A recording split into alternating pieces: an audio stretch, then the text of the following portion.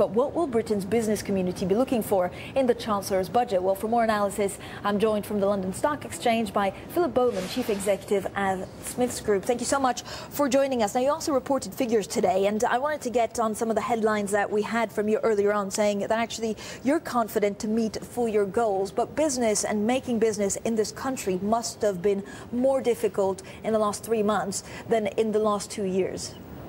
Certainly the environment has not been easy, and if you look on a global basis, the impact we've seen in problems within North Africa, in the Middle East, and clearly most recently the disaster in Japan cast a significant shadow over the outlook. I think in terms of the UK, although Smiths is based in the UK, we only have under 4% or so of our revenues from the UK. We have less than 4% of our employees in the UK. So the UK is not a major contributor towards our earnings or major impact. Looking ahead, I think we have businesses that we've worked very hard to improve. Yep. We're well positioned, but it's certainly the economic environment remains one which is pretty uncertain.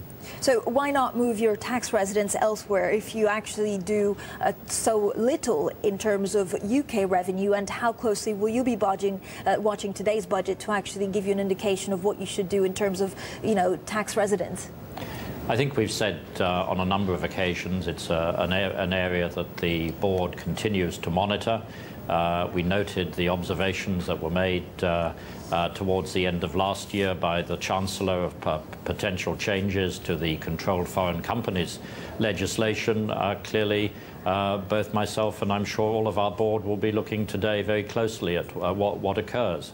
I think the one observation I would make is certainly if one was constructing a business like Smiths Group again today, it's very unlikely you would necessarily choose to base it in the UK. Now, speculation about a breakup, of course, also continually follows your company. I know you've said in a conference call with analysts that actually you don't have anything new to report following that medical bid, but are you an acquiring company, or do you feel that you're just a takeover target?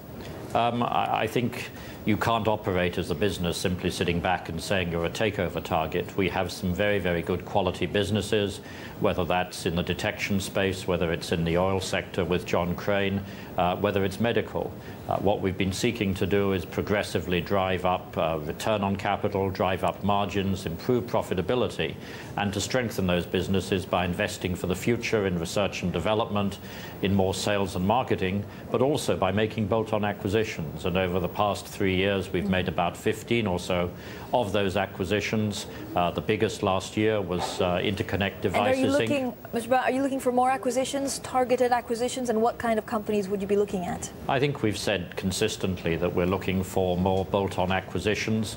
The criteria we use are ones which give us more exposure to faster-growing developing markets, ones that bring new technology, or ones that enable us to leverage our global infrastructure more effectively for the products that we would acquire with those acquisitions. So very much we are looking to make further bolt-on acquisitions.